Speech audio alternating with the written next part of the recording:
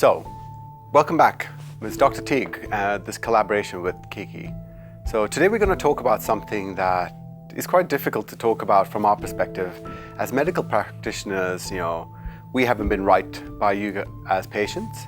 And really, society as a whole has created this environment that has developed and doesn't make it easy.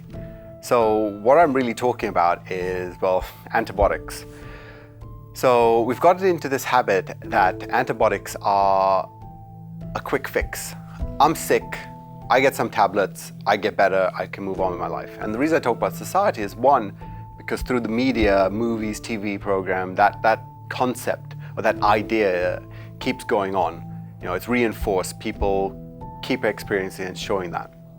The second issue is, as a society, life has gotten harder for people. You work longer hours, you have more stress at work, you have lots of family commitments, your budget is tight.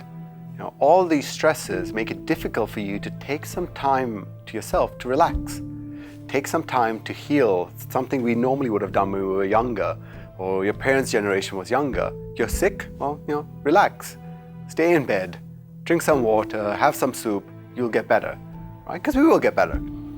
In this fast-paced environment, it's, I'm sick, I can't afford to be sick, I've got that meeting, I've got that presentation, my boss is on me, I need to get better quickly. Doctor, antibiotics, monodame, give me, right? But that's actually not right. The reason that's not right is, most illnesses that we experience, so most colds, are actually not caused by bacteria. Bacteria are what antibiotics work on. They kill bacteria, not viruses, which are the things that is the most likely cause of you getting a regular illness, or cold, or cough, or sore throat, or chest infection. They're typically viruses, so antibiotics do nothing at all to treat that. Right? You actually get better in the same amount of time if you have a bacteria with antibiotics that you do with a virus without anything at all and just support. So that's difficult, and we need to accept that.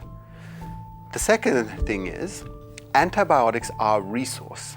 What I mean by that is, we only have so many types. And over the last couple of decades, we've used them so much that bacteria, who antibiotics work on, like I said, it's bacteria, not viruses, which cause regular colds, are smart. They don't want to die. They want to live. They want to spread their genes across and overtake everything. So they're going to figure out ways to counteract what we're doing and what we're using. And that's important to understand. Right? If antibiotics are used inappropriately for too short of a period of time, or to treat things that aren't illnesses that aren't caused by bacteria, we're going to cause an environment or a home in which these bacteria can then kind of cause a resistance, so become immune to the treatment that we need so desperately. And we've seen that. We're entering into an age where we've got so little options when it comes to some kind of illnesses. For example, tuberculosis or TB. There are strains of TB, which is a bacteria that is resistant to every single bacteria that we know. And that's important, because if somebody is exposed to that, as much as I want to help them, as aggressive I can be, there's nothing I can do. So we have to change the way we think. We need to kind of step back and say, yes, you're sick, but what's causing it? Is it a bacteria or is it a virus? If it's a virus, unfortunately, we need to accept that and kind of move on and say, right, so do the simple things. If you have a fever, and like I said before, if the fever is impacting you, then treat it. Stay hydrated and find a way to get some rest, and eat well throughout that.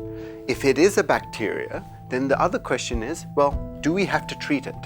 Just because there's a bacterial illness doesn't mean you need antibiotics. If you have a low immune system, so you've had cancer, you've had chemotherapy, if you're on chronic steroids, if you have bad diabetes, those are all things that will suppress or diminish or decrease the immunity or the ability your body has to fight infection.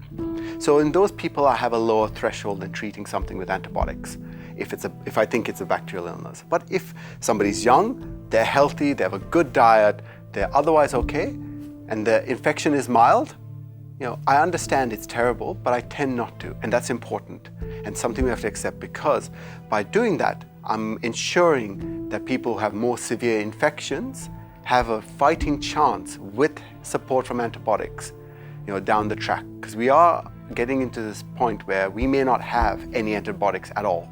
So we need to be, as doctors, more reserved, and as patients and the general public, more understanding.